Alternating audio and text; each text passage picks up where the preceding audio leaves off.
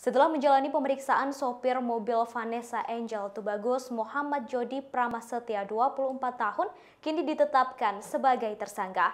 Ia ditetapkan sebagai tersangka dalam kasus kecelakaan mobil yang menewaskan Vanessa Angel dan sang suami Bibi Ardiansyah. Kepastian itu didapatkan berdasarkan surat perintah dimulainya penyidikan atau SPDP yang diterima oleh Kejaksaan Negeri Jombang. Hal itu disampaikan langsung oleh Kepala Kejari Jombang, Imron, pada Rabu 10 November 2021. Ia mengatakan SPDP dari kepolisian sudah mencantumkan status tersangka atas nama Tubagus Muhammad Jody. Dikutip dari Kompas.com Rabu 10 November 2021, setelah menerima SPDP tersebut, pihaknya akan melakukan penelitian berkas.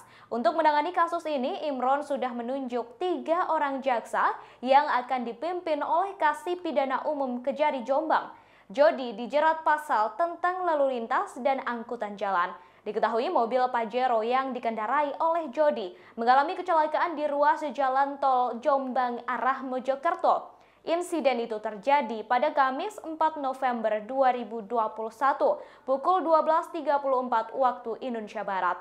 Akibatnya Vanessa Angel dan Bibi Ardiansyah menjadi korban meninggal. Sementara penumpang lainnya yakni anak Vanessa, Gala, serta pengasuhnya Siska dan sang sopir Jody mengalami luka-luka. Dalam keterangan sebelumnya, polisi menyebut tak menemukan jejak pengereman di lokasi kecelakaan.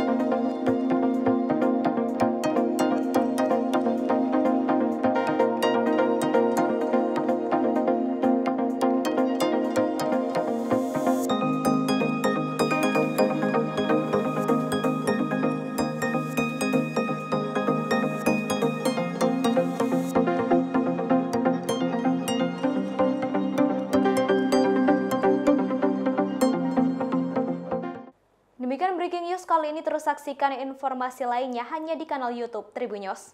Terima kasih sudah nonton. Jangan lupa like, subscribe, dan share ya.